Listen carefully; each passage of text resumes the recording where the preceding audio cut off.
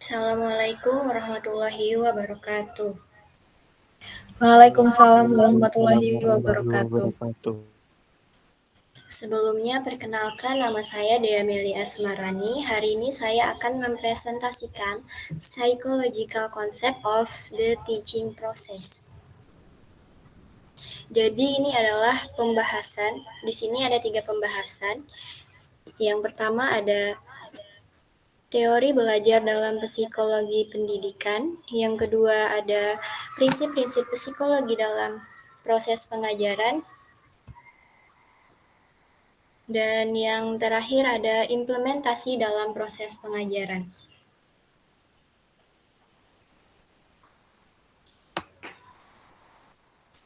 Jadi sebelum kita membahas mengenai teori-teori belajar dalam psikologi pendidikan, kita akan membahas konsep psikologi.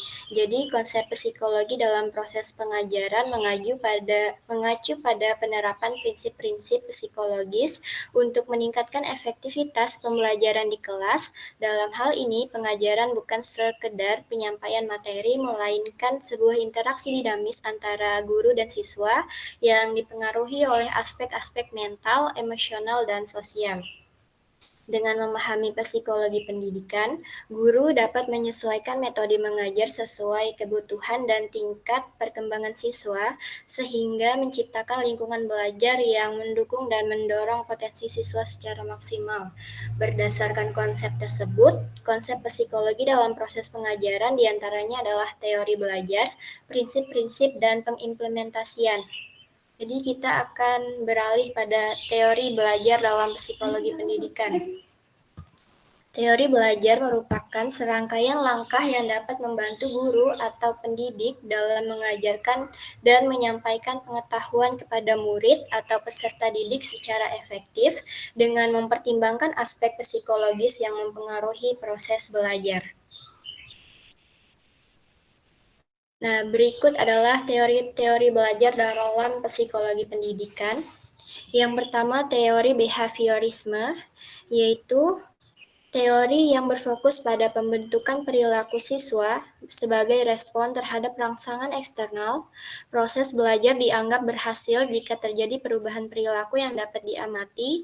Metode seperti ini seperti pemberian reward atau hadiah dan punishment atau hukuman yang sering digunakan dalam pendekatan ini. Contohnya yaitu seorang guru memberikan pujian atau hadiah kecil kepada siswa yang menyelesaikan tugas dengan baik, atau guru dapat memberikan hukuman ringan seperti mengurangi poin jika siswa melanggar aturan di dalam kelas. Hal ini bertujuan untuk memperkuat perilaku positif dan mengurangi perilaku negatif. Yang kedua ada teori kognitif. Berbeda dengan teori sebelumnya, teori kognitif menurut Jean Piaget menekankan bahwa proses mental siswa seperti pemikiran, ingatan, dan pemahaman. Dalam teori ini, guru berperan sebagai fasilitator yang membantu siswa memproses informasi sehingga mereka mampu memahami dan mengingat materi yang diajarkan. Contohnya yaitu saat mengajar matematika, guru tidak hanya memberikan rumus, namun menjelaskan langkah-langkah berpikir dalam memecahkan soal matematika, seperti cara menguraikan masalah dan mengingat konsep yang relevan. Kemudian selanjutnya ada teori konstruktivisme, yaitu siswa membangun pengetahuan mereka secara sendiri atau mandiri berdasarkan pengalaman dan interaksi dengan lingkungan. Dalam pengajaran, guru menciptakan situasi di mana siswa dapat berpartisipasi dalam menemukan konsep-konsep baru melalui eksplorasi dan diskusi. Contohnya adalah dalam pelajaran sains, guru mengajak siswa melakukan eksperimen seperti menanam biji agar mereka belajar dari pengalaman langsung. Selanjutnya yaitu teori pembelajaran sosial, yaitu teori ini menekankan bahwa siswa belajar melalui observasi dan interaksi dengan orang lain, baik guru maupun teman. Model ini menekankan pentingnya contoh atau role model dalam proses belajar, di mana siswa meniru perilaku yang dilihat dan dianggapnya bermanfaat. Contohnya adalah dalam pembelajaran olahraga, siswa dibagi dalam kelompok untuk bermain bola. Mereka belajar strategi bermain dan saling mendukung saat bermain dalam tim. Kemudian yang terakhir ada teori humanistik, yaitu teori yang berfokus pada potensi penuh dari setiap siswa dan aspek emosional dalam belajar. Teori humanistik ini mengedepankan pembelajaran yang berpusat pada siswa dan bertujuan untuk memenuhi kebutuhan emosional dan motivasi mereka, sehingga mereka merasa nyaman dan termotivasi dalam belajar.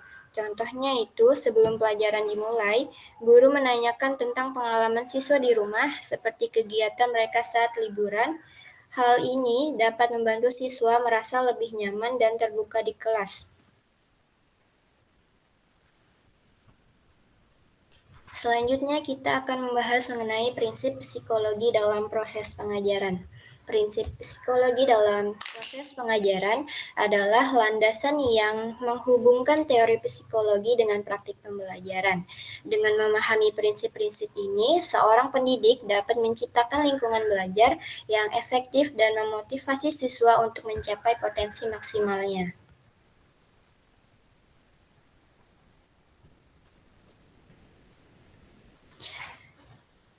Beberapa prinsip penting yang perlu diperhatikan meliputi yang pertama ada perkembangan kognitif, yaitu memahami tahap perkembangan kognitif siswa, membantu guru menyesuaikan materi ajar dengan kapasitas berpikir siswa di setiap tingkat usianya. Contohnya, guru menggunakan permainan edukatif untuk mengajarkan konsep matematika, menyesuaikan metode dengan tahap perkembangan kognitif anak-anak. Kemudian selanjutnya ada motivasi. Motivasi merupakan faktor yang mendorong siswa untuk belajar. Guru dapat meningkatkan motivasi siswa melalui penghargaan, umpan balik positif, atau menghubungkan materi dengan minat siswa. Contohnya, guru mengadakan sesi belajar kelompok di mana siswa dapat berbagi pengetahuan dan mendapatkan hadiah kecil untuk kelompok yang mencapai target atau berhasil dalam mencapai tujuan belajar. Selanjutnya ada persepsi, yaitu siswa memiliki cara pandang yang unik terhadap informasi yang disampaikan. Guru perlu memperhatikan bagaimana siswa memproses informasi tersebut dan memastikan bahwa materi yang disampaikan relevan dengan pengalaman mereka. Contohnya adalah guru menghubungkan tema di novel yang dibaca oleh siswa dengan isu-isu sosial yang sedang hangat terkini, lalu membuat materi lebih relevan dan menarik bagi siswa. Selanjutnya adalah belajar sosial. Lingkungan sosial di kelas, seperti interaksi dengan teman dan guru, mempengaruhi bagaimana siswa belajar. Guru dapat mendorong pembelajaran kolaboratif yang memfasilitasi interaksi sosial dalam kegiatan belajar. Contohnya yaitu, siswa dibagi dalam sebuah kelompok kecil untuk menyelesaikan tugas kelompok, seperti membuat poster tentang lingkungan sehingga mereka belajar untuk bekerja sama. Selanjutnya yaitu perbedaan individual. Setiap siswa memiliki karakteristik yang unik, termasuk gaya belajar, minat, dan kemampuan. Guru perlu memperhatikan perbedaan ini agar bisa menyesuaikan pendekatan pengajaran yang sesuai untuk setiap siswa. Contohnya yaitu, guru menawarkan berbagai pilihan tugas akhir semester seperti presentasi, makalah, ataupun proyek, agar siswa dapat mengekspresikan diri dengan cara yang paling sesuai untuk mereka. Kemudian yang terakhir adalah emosi. Emosi berperan besar dalam kesiapan dan motivasi belajar siswa. Guru yang memahami kondisi emosional siswa dapat menciptakan suasana kelas yang nyaman dan mendukung, sehingga siswa lebih siap menerima pembelajaran. Contohnya adalah guru mengadakan sesi refleksi di akhir semester, di mana siswa dapat berbagi pengalaman dan perasaan mereka selama pembelajaran, membantu mereka merasa lebih terhubung dengan satu sama lain.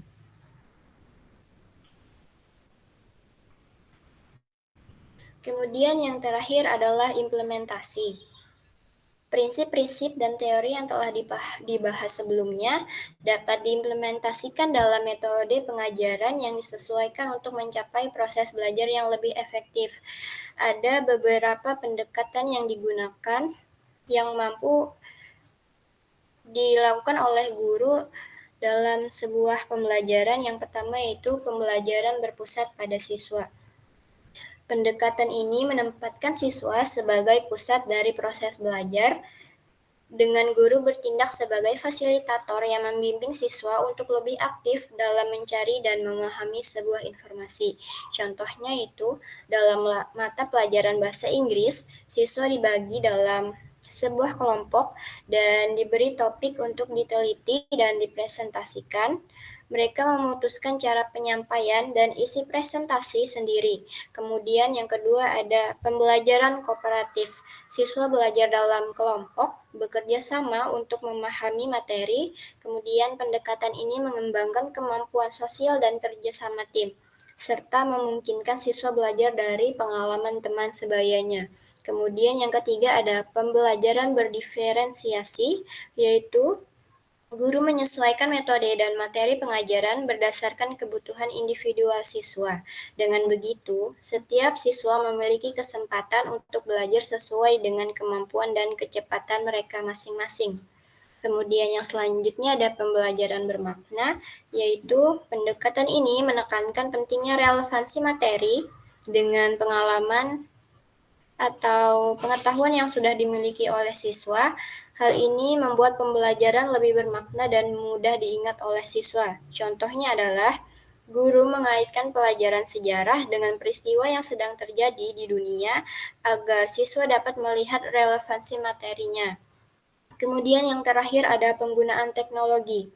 Teknologi seperti media pembelajaran digital, video interaktif, atau platform pembelajaran daring digunakan untuk memperkaya proses belajar, menjadikannya lebih menarik dan aksesibel.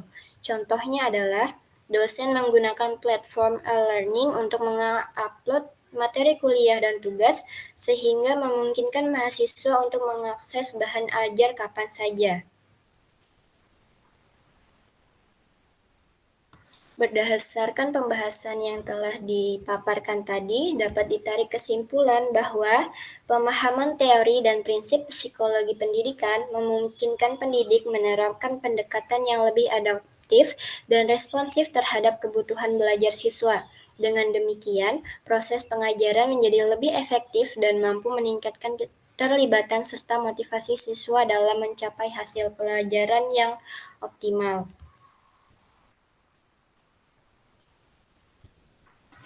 Jadi tadi adalah penjelasan saya mengenai konsep psikologi dalam proses pengajaran. Jika ada yang belum dipahami, silahkan bertanya.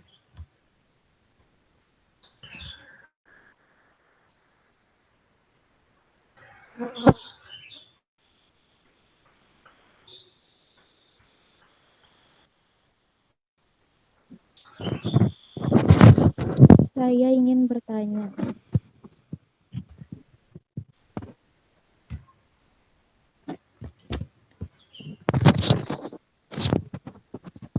Saya ingin bertanya. Baik, silahkan. Tadi ada dijelaskan mengenai pembelajaran berdiferensiasi.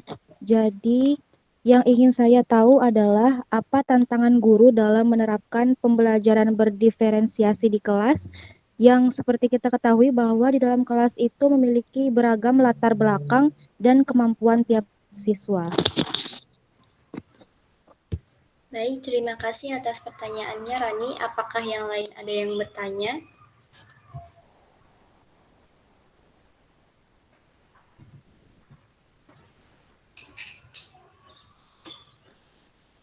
Jika tidak ada yang bertanya lagi, izinkan saya untuk mencari dan menyusun jawabannya terlebih dahulu.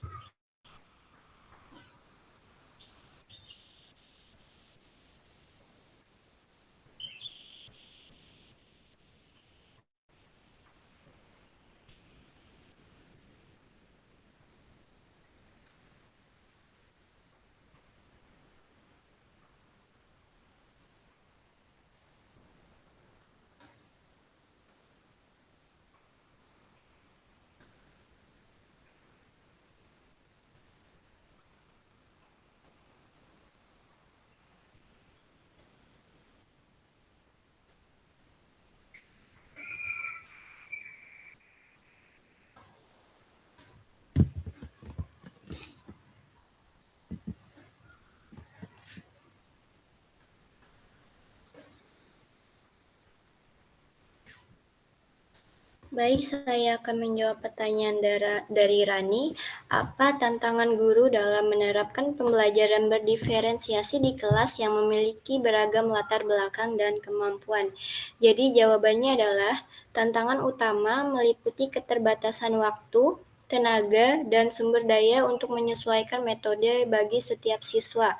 Dalam kelas yang memiliki latar belakang yang beragam, guru harus memahami gaya belajar, tingkat kemampuan, serta minat-minat siswa yang memerlukan pendekatan individual.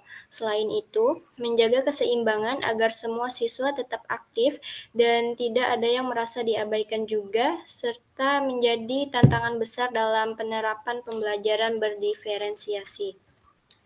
Jadi itu jawabannya. Apakah sudah jelas, Rani?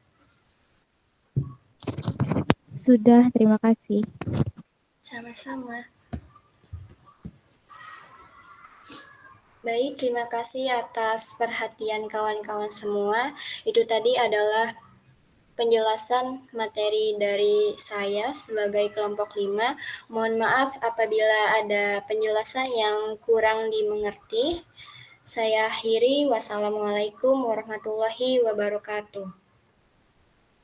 Waalaikumsalam Waalaikumsalam warahmatullahi wabarakatuh. warahmatullahi wabarakatuh.